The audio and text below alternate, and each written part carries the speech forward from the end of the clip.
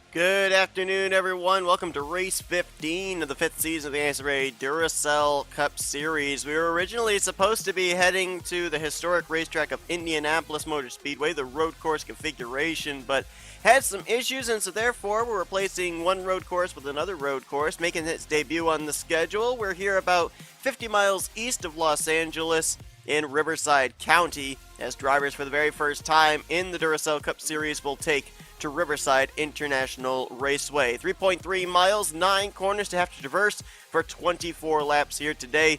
Should be a good one, and it'll be interesting to see. Obviously, last year we had a really good race at the Indy Road Course and didn't have much of issue, but in testing here this season, it really caused some problems for a lot of drivers mid-pack to the rear of the field. So to avoid that, we're going to another racetrack, which hopefully is going to prove as a mainstay road course on the schedule. It's going to basically give us its resume here today in Riverside.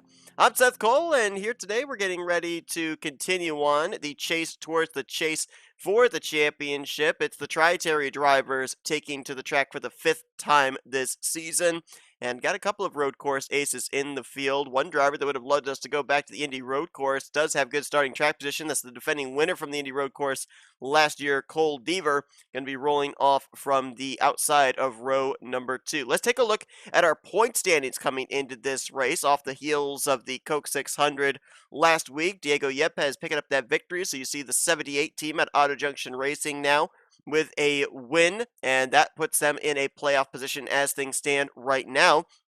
Currently here on this first page, all the drivers that have a win sticker, all the teams that have a win sticker, are locked into playoff spots at this point in time. Move on down to the second page. You've got the 93, the 32. They currently are in playoff positions. And the 48 team out of Northeast Motorsports, very important here today to observe the drivers that are just above them or just below them, because they currently, if the season were to end now, would have the 10th and final playoff position. Further on down in the third and final page, you'll notice, the 77 team, the 74 team, and the 95 team, all with victories, but they need a second victory now or a lot of consistent runs to get themselves up there, at least into the top 20 in the point standings, to be able to clinch a playoff position. Certainly a second win would help them. They would then leapfrog all the other teams that have one victory and tie the 19 team, the championship team out of Pigeon Racing, for most wins on the season. But it's going to be interesting to see what happens here today. You've got the 0-1 of Colin Cropley starting on pole. A few weeks ago, we saw his teammate Jack Mitchell go to victory lane at the Daytona Road Course. You then got the 31 car, James Shelley, Pigeon Racing entry, currently 18th in points, but they're still looking for their first win. So a lot of different drivers, a lot of different agendas for their respective teams in this one here today. Looking forward to seeing what happens, but first we got to go down trackside for pre-race ceremonies here at Riverside Raceway. Oh, say, can you see by the dawn's early light what so proudly we hailed at the twilight's last gleaming, whose broad stripes and bright stars through the perilous fight o'er the ramparts we watched were so gallantly streaming, and the rocket's red glare, the bombs bursting in air, gave proof through the night that our flag was still there. Oh, say does that star-spangled banner yet wave o'er the land of the free and the home of the brave?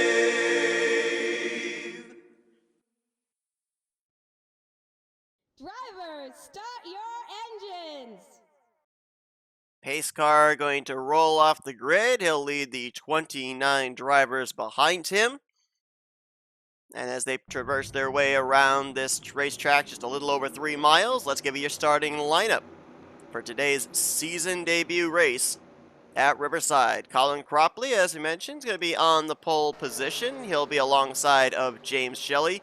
Zachary Taylor will line up in third. Cole Deaver, who is the defending winner of this race weekend, not necessarily at this racetrack. He'll roll off from fourth. Caleb Fogler, his teammate, will complete the top 5 with Carson Grob in 6th. Daniel Voiles will be on the inside of row 4 alongside of Adam Garcia. Row 5 finds Matthew Rodriguez, our winner from a few weeks ago at Darlington, and Jacob Thibodeau will be to his outside. Will Gus will comprise row 6 with Andrew Davis. Keith Batson and Riley Henry, they will be in row 7. Harrison Ponder will be 15th with Andrew Gonzalez in 16th. Michael Norman will roll off from 17th with Allison Rodrigo completing row 9. Benjamin Miles will be 19th, top 20 completed by Roberto Crown Jr. Mitchell Collins will roll off 21st, Ryan Acosta in 22nd. Jordan Lopez in 23rd, Pierce Crone completes the outside of row 12. Mike Tellier will be 25th, he'll share row 13 with Reggie Fogelman. Alexander Rowe will be 27th, Jackie Halleck in 28th, and completing the field will be our Michigan winner, Alex Tanker. This portion of the racetrack right here, I think, is going to be one of the most important of the day, just allowing drivers to be able to get some draft and make a run down into turn 9. This is the long straight off of turn 8. Here is turn 9, a little bit of a left-hand hook, and then nearly a wide sweeping 180-degree right-hander heading onto the front straightaway. Got to be fun to see who's going to have the car to win here today, who's going to be able to put their name in the record books as the first one to take a checkered flag here in the Duracell Cup Series at Riverside. We're moments away from finding out because the flagman has the green flag in his hand. It's waving. Let's roll at Riverside.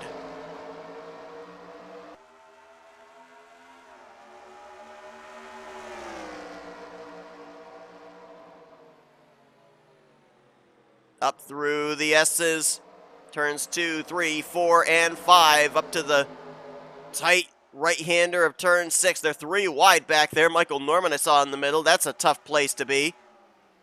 Looks like they're all going to make it through as Zachary Taylor has the inside advantage into 6. On Colin Cropley for 3rd place. Shelley has pulled away with the lead. Deaver has pulled into 2nd.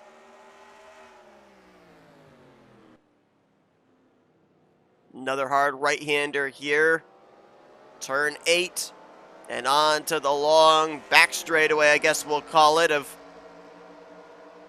between 8 and 9. See some dust kicked up there. That's going to be a mainstay here today. Riverside, California, not exactly known for its green grass. As now Taylor will take the third spot from Cropley. Carson Grob slots into 5th. And James Shelley in the Blame Shelley Insurance camo number 31.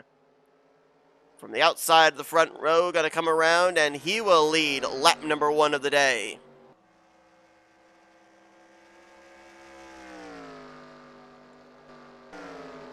Battle for third still on. Cropley looks to driver's right, going up through the S's. Not able to get there. Adam Garcia, though, going to take advantage of Carson Grob making a mistake. He'll now crack the top 5.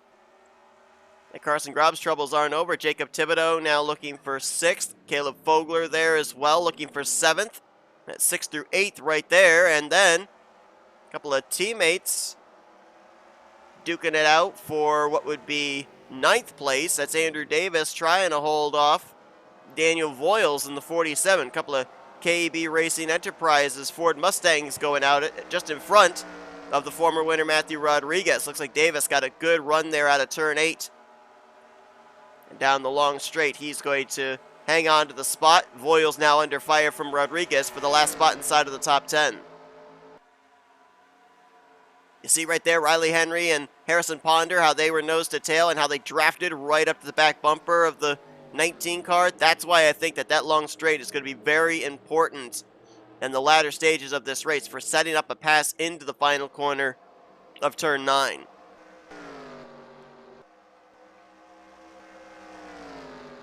About a second difference from Shelley back to Deaver. Another second from Deaver back to this third place battle, which will not go away. Pole sitter Colin Cropley giving Zachary Taylor all he can handle. Both a couple of rookies here in the Duracell Cup Series, but trying to, I believe, for both of them, I'd have to check back, but I believe both of them are looking for their first podium on the season. And both as well, respectively, are trying to get their team the second win on the year. Zachary Taylor trying to follow up Sean Arndt's victory at Texas. Colin Cropley trying to follow up Jack Mitchell's victory at the Daytona Road Course.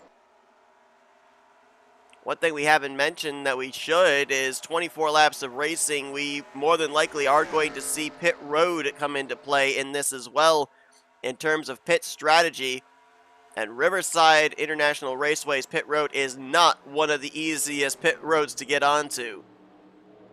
So that will be interesting to see if it indeed does play its part into the outcome of this race. Nice run there on the inside through turn 9 for Colin Cropley. Let's see if he can get around Zachary Taylor this time for the third spot. He should have the advantage heading into turn 2, and he's going to clear him before they even get there. That is a textbook pass pulled off by the Cracker Barrel Chevrolet. As now he'll try and pull away from Taylor and set his sights on Cole Deaver. Cropley with a 1:15.956 lap time to capture the pole position here today. Next closest to him, James Shelley, was almost just about a 1:16 flat, so 9/100 slower. And when it comes to road courses, hundreds and thousands do mean an awful lot. This battle's starting to close up for 8th place. Andrew Davis trying to reel in Caleb Fogler in the 09. 93 team with William Micros back at Manassas. They have a victory. They're 11th in points, right now in a playoff position. 09 team out of S3 Motorsports, they were up inside the top 10 for a good portion of the first half of the regular season. Since then, they've dropped down to 21st. They're still looking for their first victory, as well as little contact there between Davis and Fogler. Andrew Davis going to keep it pointed in the right direction, but certainly was into a four-wheel slide off of turn 9. He will complete the pass here as well. A little extracurricular activity trying to complete that pass for the Superflow Ford Mustang. Daniel Voiles, just moments ago, lost the 10th position to Matthew Rodriguez. Now Rodriguez wants more. He's going to get by Caleb Fogler, so move him up to 8th spot. Those S's from turn 2 over to turn 5 are so difficult because if you mess up turn 2, the rest of the entries of the corners there for 3, 4, and 5 are completely messed up as well. There's really no opportunity to be able to recover, and you saw Caleb Fogler when he messed up turn 2, he had to bail out of the throttle to kind of readjust his line, and that's why Matthew Rodriguez was there to take advantage. Fogler got left sides off into the dirt there that time as well, out of turn 8, so that loses him another spot to Daniel Voiles. Now Harrison Ponder looking to capitalize. He and Riley Henry nose to tail in drafting, and they're both going to have the inside advantage, maybe 3 wide here going into turn 9. They are going to be 3 abreast. Ooh, this is going to be tight coming off the corner. Can they clear each other? Now they didn't have to. They gave each other enough room, so good on them. Riley Henry's going to get a 2 for the price of 1. Moving up from, I believe that was 13th to 11th with that pass on both Fogler and Harrison Ponder. So nice move by the 99. Ooh, trouble for Adam Garcia. He got off course just a little bit. That brings Carson Grob to his bumper. 3-way battle for 5th place is Jacob Thibodeau in that mix as well. Cole Deaver has lost 2nd to Colin Cropley. Now he falls into the clutches of Zachary Taylor. And all this continuing to go on behind James Shelley in that 31 car. Pigeon Racing so far this season, 2 victories with the 19 car and a victory with the 32 car. And then also a victory with the 6 car. The only car out of their stable that's yet to go to victory lane is the 31, with James Shelley, Dylan Poteet, and Ryan Brommer. Shelley trying to make it happen here today. I believe, I'd have to look back. I believe James Shelley has a Duracell Cup Series victory prior to today. But now I'm kind of questioning myself. Not exactly certain about that. Taylor and Deaver for 3rd place. Battle there, the 3-way battle. Let's follow this. The battle for 5th between Garcia, Grob, and Thibodeau. That's 2 cars right there, 2 drivers for their respective teams that really want to get a victory. The 2 team out of Young Motorsports right now, 22nd in points, no victory. And then the 65 team out of Evans Gardner Motorsports, currently 13th in points. If they were to get a victory here today, that would put them, at the for the time being, in a playoff position. But really amazing that this 2 team out of Young Motorsports has struggled as much as it has, because you look at the drivers that they have running for them. Adam Garcia, who was a 3-time winner last year, currently doing the driving duties today. Dylan Young, who was a 2-time winner last season, and then RJ Bishop, who was close on a couple of occasions of picking up his first career win, most notably finishing 2nd in both the non-charter and charter race at Michigan last season. But they have struggled this year. As Carson Grob going to take a look to drivers left on Adam Garcia heading into the S's. Garcia's right side's almost got off course. And he is going to yield the spot to Carson Grob's Chevrolet. Maybe going to try and battle back again here, though. Back to driver's right, coming up to that very tight turn 6. Garcia gets the spot. Thibodeau looks to capitalize as well. Andrew Davis there also. Hard braking zone into turn 8. Who gets the advantage here on the straight? I think it really depends on who Andrew Davis gives the drafting help to, and looks like he will stay behind the 6 of Jacob Thibodeau, so lose another couple of spots for Carson Grob. We've been focused up here inside the top 10. Let's look back here outside the top 10 at some of these drivers. Cole Baker. No, correction, Will Goss in the 11 car, right now in the 15th position. Working his way up through the field, trying to get up there to Caleb Fogler. He's got Roberto Crown Jr. right behind him. I believe that if we looked for a driver that has picked up the most spots since the drop of the green flag, you might have to look at the former champion Ryan Acosta is looking to make another pass here on Roberto Crown Jr. That would be for 16th. Acosta started this race back in 22nd, so if he completes this pass, he will be up 6 spots from where he started. Somebody got off course ahead. You can see the dust cloud kicked up, and now Acosta's going to get off course a little bit there as well. That loses some spots to Michael Norman and now Reggie Fogelman in the 44.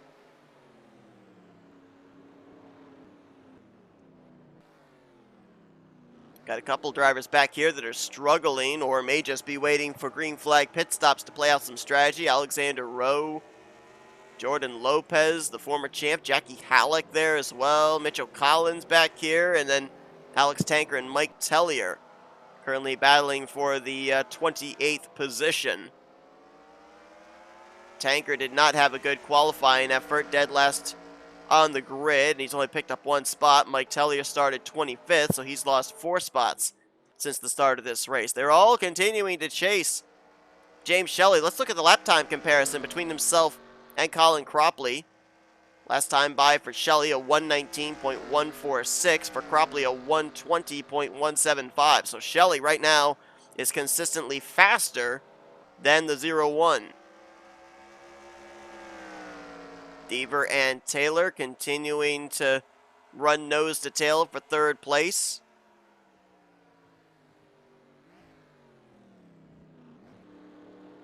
As I mentioned, Cole Deaver, probably one of the few drivers that was really disappointed that we did not return to the Indianapolis Road Course. That was the place where he picked up his first career victory. He would then go on to pick up a 2nd later on that season, in what was his very first multi-win season. A big reason for those that may be wondering why we did not go back to the Indianapolis Road Course, everywhere on the racetrack there was good racing except for off the final corner heading onto the front straightaway. There was a piece of geometry for the outside wall where drivers, if they ran too wide, their left front quarter panels would catch that glitch area, shoot them up into the air, and send them to pit road. And it just kind of seemed unfair that just one small area was ruining drivers' opportunity at good finishes. So, with that being said, and no way to be able to remedy the issue, we decided instead to head here to Riverside Raceway. It was kind of a toss-up between Riverside and Champs-Élysées. Champs-Élysées was obviously a really big venue that we would go to back in the Snickers Cup Series and the Hershey's Cup Series. We thought we'd give Riverside a try here today, and so far it's not disappointing. There's been some really good battling all the way through the field. As I thought for a moment there, Taylor was going to get Deaver, at least get to his right rear quarter panel, but not able to do so. Riley Henry and Harrison Ponder, those two have kind of been working together in marching their way through the field. Henry started this race in 14th, Ponder in 15th, and now they're up to 11th and 12th.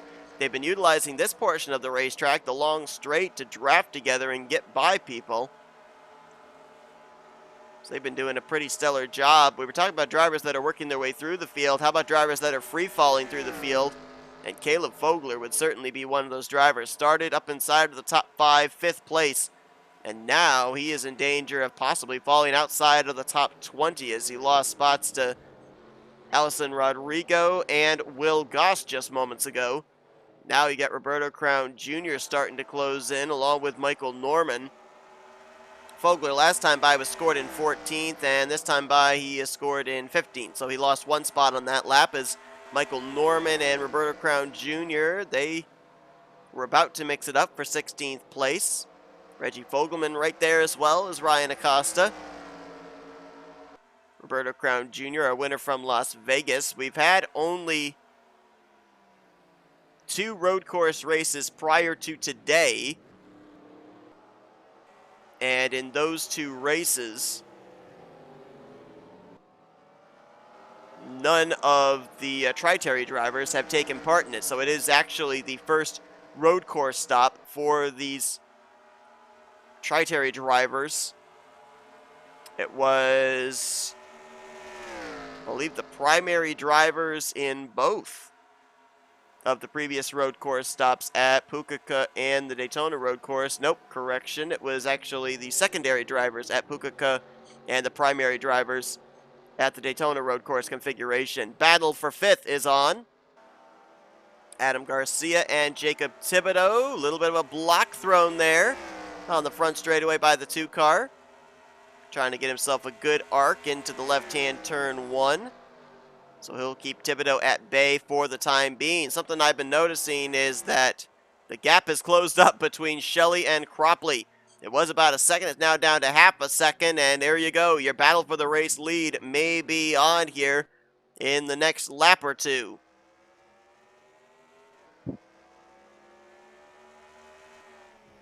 Colin Cropley was 0.2 of a second quicker that last lap. And he is now all over the back bumper of the 31. He could have a nice tow, a nice draft here down the long straight.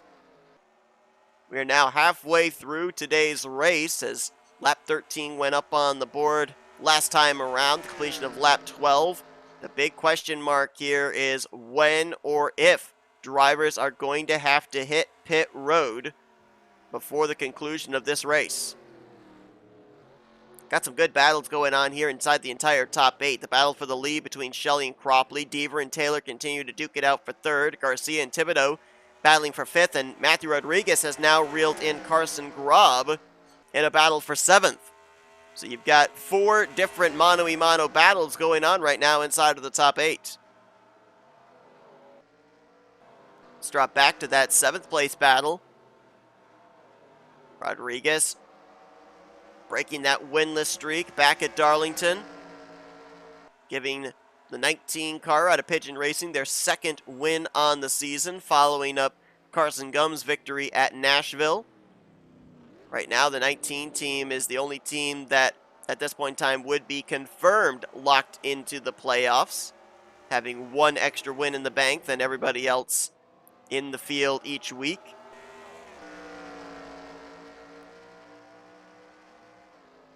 Now, if the 31 car were to go to victory lane, they are ahead of the 48 in the point standings. Remember, I told you when we saw the preview of the point standings pre-race to observe the drivers just above or just below the 48 car, because right now the 48 car holds the 10th and final playoff positions as things stand right now. And pit road is going to be busy.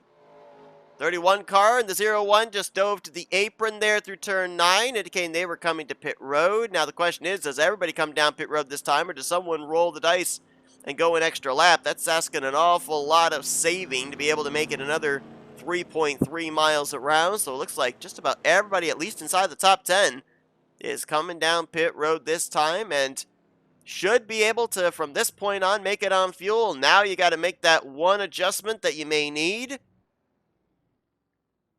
And you've got what you've got for the remainder of this race. No surprise that it's going to be 4 tires for everybody. The blistering heat here in Riverside does no favor to the Goodyear tires as Shelley down and away. Cropley with the number 1 pit stall. Thought he might get a better launch than that, but instead Cole Deaver might be thinking about taking 2nd place from him. Look at this. Deaver got himself a nice run off of pit road, as did Adam Garcia, and all of a sudden the battle is on for 2nd place. A 4-way battle if you add Jacob Thibodeau into the mix. That pit stop was perfect for James Shelley, and he is gone, at least for the time being.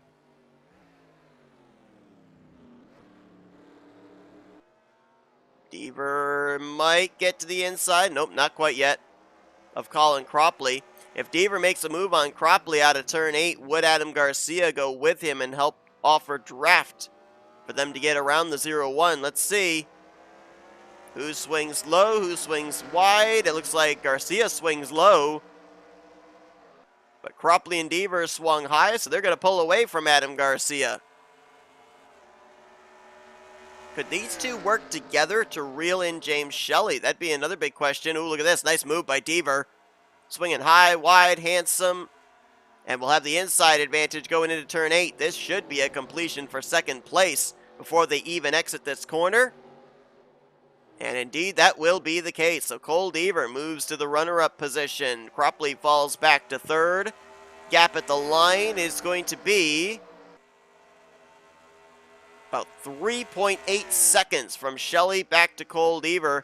I don't know if 8 laps, or in this case 9 laps, is going to be enough time for Deaver to reel Shelley in. Shelley's going to have to make a big mistake. Ooh, Deaver with a wide entry there into turn 2. Cropley got to his back bumper. The battle may be on for second in this race unless Shelley gets off course and gives all these other drivers an opportunity to get back at him. Shelley's the leader, Deaver second, Cropley third, Garcia fourth, and Thibodeau fifth after that round of green flag pit stops. Carson Grob in seventh. Eighth place under contest, Matthew Rodriguez, Zachary Taylor, Andrew Davis in this mix. This is from 8th back to, I believe, 12th position, as Rodriguez going to complete the pass. So Zachary Taylor, pit road was not kind to him. He has now fallen back from 4th place, I believe, is where he was when the pit stops began, now to around 9th. Andrew Davis trying to pick up a spot. Riley Henry right there as well. And the 21 of Allison Rodrigo. We've gone now 16 laps complete without a caution. But that doesn't mean that we may not see the yellow flag rear its ugly head in the closing stages of this race. And with it being a road course, the good news is at this point in time we would have the laps to be able to go back green. But if we get closer to the end of this race and a caution comes out, we may end up finishing the race under yellow. Adam Garcia got around Colin Cropley, so move him up to the 3rd position.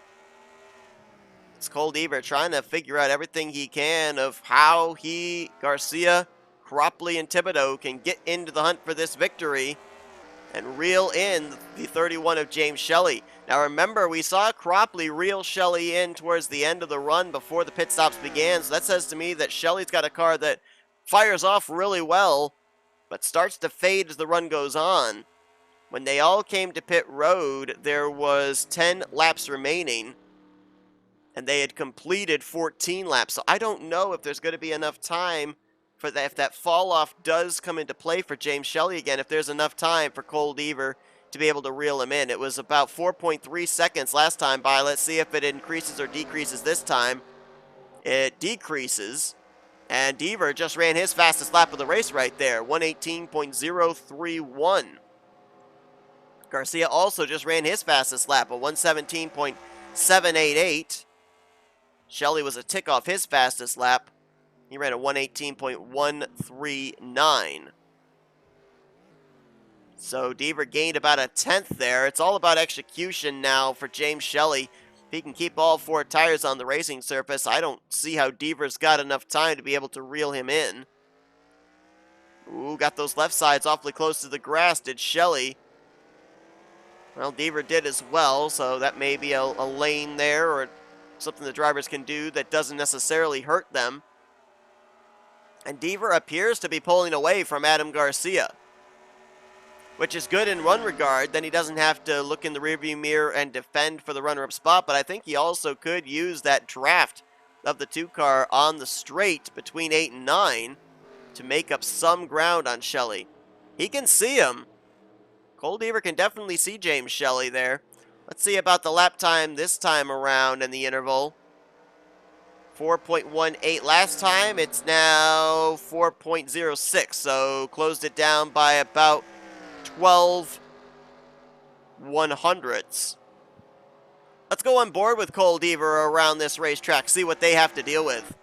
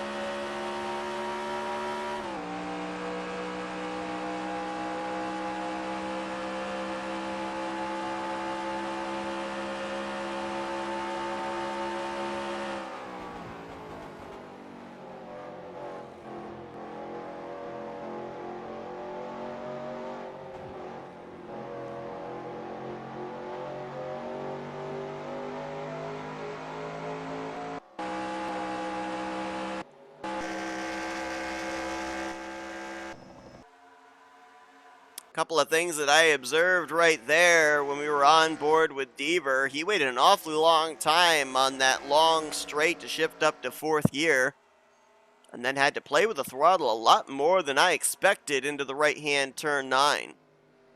But he did close up the gap a little bit more that last lap, possibly with the drafting aid of Adam Garcia.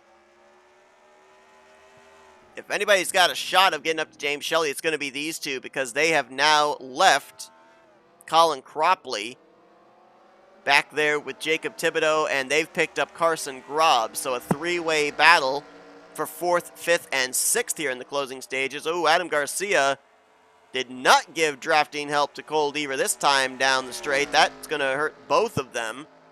They both really needed that draft here as laps are running out. Thibodeau looking for 4th on Cropley. Not going to quite be able to get there.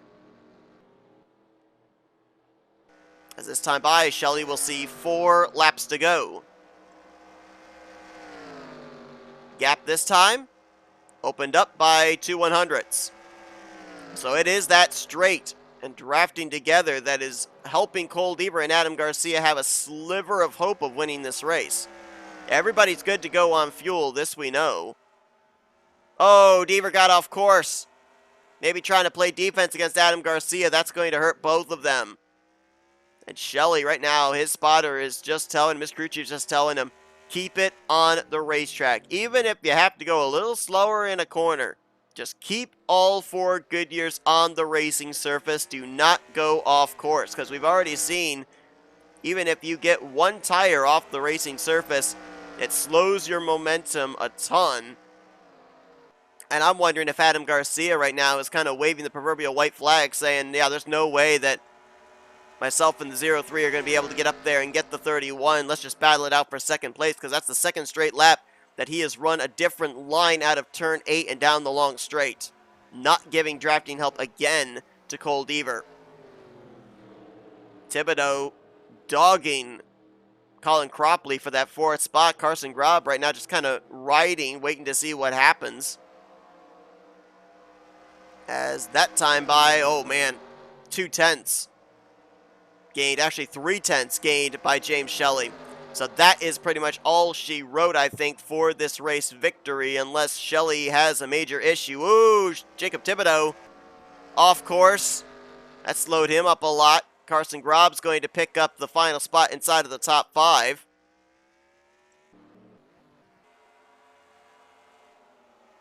Andrew Davis has done a great job today. Right now in 7th, Rodriguez in 8th, trying to hold off Zachary Taylor and that bright neon green 21 of Alison Rodrigo, currently holding the final spot inside of the top 10. You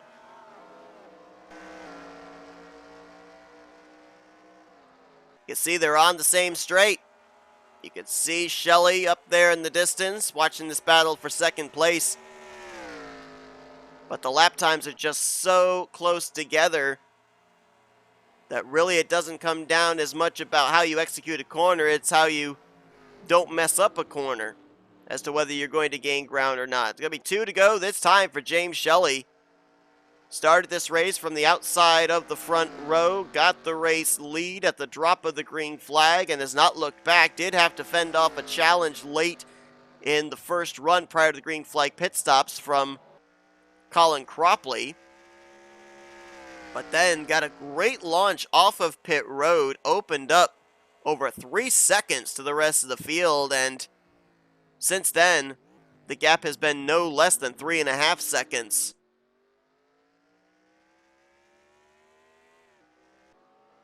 Just kind of curious who had the fastest lap of this race so far. I'm wondering if it might have possibly been Adam Garcia. And no, it was actually Mike Tellier has the fastest lap, 117.624. That is little less than 2 seconds slower than the qualifying lap that was laid down by Colin Cropley to get the pole position. And Mike Tellier, even though he's got that great lap time, is not running all that well. Right now in the 21st position. Boy, big fall from grace here today for Caleb Vogler back here in 22nd. A lot of teams not going to be getting the runs they're looking for. Mitchell Collins back here in 25th. Jordan Lopez right now back in 28th. He just lost the 27th spot to Alex Tanker. And Kat Batson, not sure what happened with the 39, but she is way back here now. Dead last in the field, as just moments ago, James Shelley received the white flag. One more lap to go here at Riverside. And if he closes out the deal, then Pigeon Racing will have at least one victory with all 4 of its entries here on the season. And this would, at the time, put the 31 car into a playoff position and would be knocking the 48 team out of a playoff spot as things currently stand. Cole Deaver has pulled away from Adam Garcia, so it looks like he is going to end out the day in second place. And right now, Garcia would get the final spot on the podium. There's just a couple more corners left for James Shelley into turn 9. He will tackle the right-hander one final time here. Nice and smooth. Playing with the throttle. And off turn 4, James Shelley will get his first win of Season 5 of the Duracell Cup Series. He wins at Riverside. Deaver second, Garcia third. Carson Grob will get 4th. And pole sitter Colin Cropley brings it home in 5th. Drag race to the line there for 7th, as it will be Davis holding off Rodriguez. Waiting on the last drivers to come around and hit the start-finish line for standings to be official. Didn't talk about the 8 car of Pierce Crone really at all today, and with Matthew Rodriguez getting a top 10 finish, you saw the points coming into this one, how close they were between the 19, the 8, and the 78. There was only 6 points difference between those 3 teams. Well, looks like the 19 car is going to open up a little bit of a gap for that overall points lead. Those all-important 15 bonus points for regular season champion near the end of the year, with Pierce Crone and Alexander Rowe both finishing way outside of the top 10.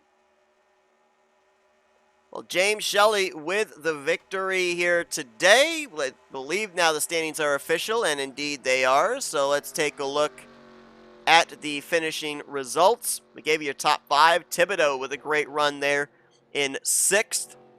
6 team has got pretty good road course cars. We saw Zach Rogers put the 6 car in Victor Ling back at Pucaca. Davis, as we mentioned, holds off Rodriguez for 7th. Taylor in 9th, and Allison Rodrigo. Great run there for that 21 car. Well-needed top 10 run for them, as he will bring it home in that 10th position. Riley Henry in 11th. Daniel Voiles was 12th. Will Goss, Reggie Fogelman, and Harrison Ponder completed the top 15. Then it was Norman Acosta, Roberto Crown Jr., Benjamin Miles, and Pierce Crone completing the top 20. Some big names finishing down in the point standings, or finishing down in the running order, I should say, that were high in the point standings. The notables would be the 78 of Alexander Rowe. That team was 3rd in points coming into this one. The 38 of Jordan Lopez finishing 28th here today. That team was 8th in points coming into today's race. And then the 27 of Alex Tanker finishing 26th. That team was 4th in points coming into today's event. So those teams are going to take some hits in the point standings here today for sure. All 29 drivers, though, finished the race, all finished on the lead lap. We did not see a caution here today at all, which I guarantee you we would not have been able to say if we had run at the Indianapolis road course, the place that we were originally supposed to be here this week. But a great race here today. I think that Riverside International Raceway may have made a good case for itself to maybe return on the schedule next season. Only time will tell. But James Shelley is your winner here today. And now these drivers will turn the reins over to the primary drivers next week at the Monster Mile of Dover Motor Speedway. That should be a good one. Hope you guys will tune in for that. But thank you all for tuning in to today's race from Riverside. If you enjoyed it, be sure to give a like, subscribe, be part of the crew today.